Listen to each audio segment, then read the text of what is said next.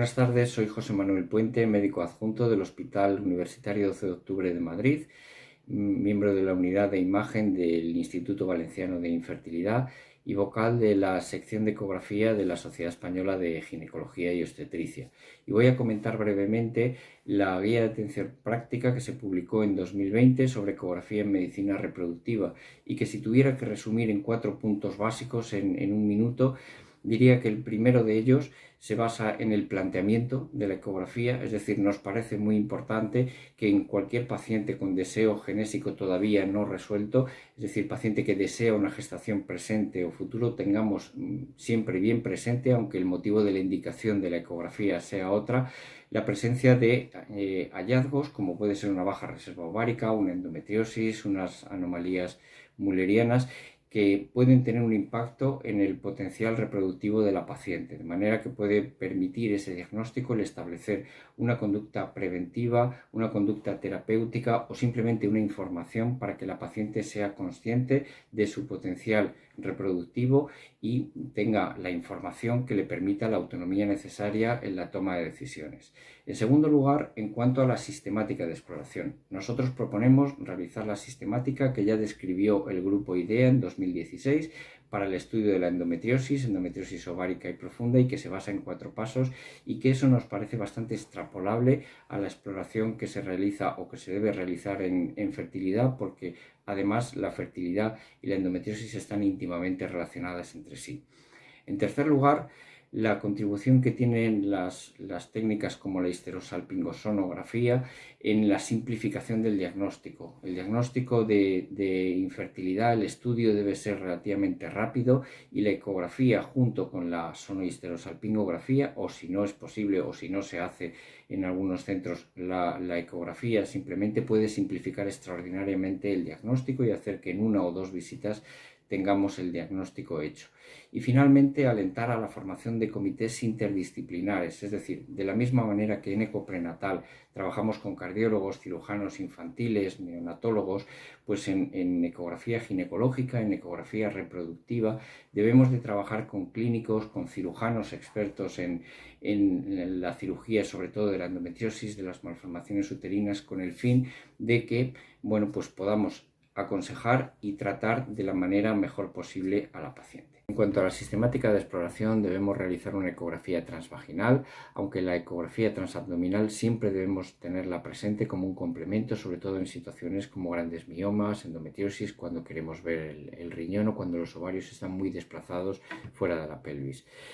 La sistemática de exploración mediante ecografía transvaginal que propone el grupo IDEA es una sistemática en 4 pasos. En el primero de ellos vamos a valorar el útero y los ovarios de manera convencional. En el segundo paso vamos a buscar los llamados marcadores blandos, que son puntos de dolor, de falta de movilidad en la exploración ovárica, es decir, los ovarios están fijos, no están móviles, no se moviliza útero y ovarios entre sí o con el intestino, y eso nos puede orientar a la presencia de una endometriosis. En tercer lugar, realizaremos lo que llamamos el signo del deslizamiento, que tiene mucha similitud con lo que es un tacto vaginal, de manera que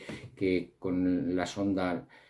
presionaríamos el cervix y con la mano contralateral presionaríamos el fondo del útero de la misma manera que realizamos un tacto vaginal, y evaluamos la movilidad de la parte posterior del útero con la anterior del recto y de la parte anterior del útero con la posterior de la vejiga. Un deslizamiento negativo o patológico lo que significa es Douglas o compartimento anterior obliterado, y por lo tanto mayor riesgo quirúrgico y mayor sospecha de proceso endometriósico. Y finalmente, pues valoraríamos la presencia de endometriosis profunda desde el tabique rectovaginal, el fondo de saco vaginal, los ligamentos uterosacros, el recto sigma y la pared vesical y los uretres. Los uretres son relativamente fáciles de identificar por vía transvaginal, y con una curva de aprendizaje no muy rápida, pues podemos adquirir esa sistemática y valorar sobre todo en los casos en los que hay una afectación ureteral. En tercer lugar, hablábamos de la posibilidad de la sonohisterosalpingografía en cuanto a la simplificación del diagnóstico y el evitar histerosalpingografías, que pueden suponer, además de más dolor para la paciente, pues un retraso en el diagnóstico de la pareja. En muchos centros se está realizando ya de manera sistemática con resultados muy parejos a la histerosalpingografía y por lo tanto es una técnica que deberemos de ir desarrollando en el futuro y que ya es presente, ya es una realidad. Y finalmente, la creación de comités interdisciplinares es importante, ya que en reproducción existen patologías que son controvertidas tanto en el diagnóstico como en el tratamiento. Un ejemplo de ello sería el útero subsecto, en el cual no hay acuerdo en cuanto a clasificaciones. Hay unos criterios en la clasificación americana, otros en la europea y otro en el grupo de expertos CUME. Por lo tanto, el ecografista, a ser posible, debe reflejar en el informe la profundidad del septo, cómo se etiquetaría ese caso en función de las distintas clasificaciones y luego pues ya discutir con el cirujano las posibilidades terapéuticas. Luego, ya una vez conseguida la gestación, es importante realizar una ecografía temprana, aproximadamente 26-27 días post transferencia embrionaria, ya que en fertilidad pues existen unos mayores riesgos derivados de la gestación gemelar, no solamente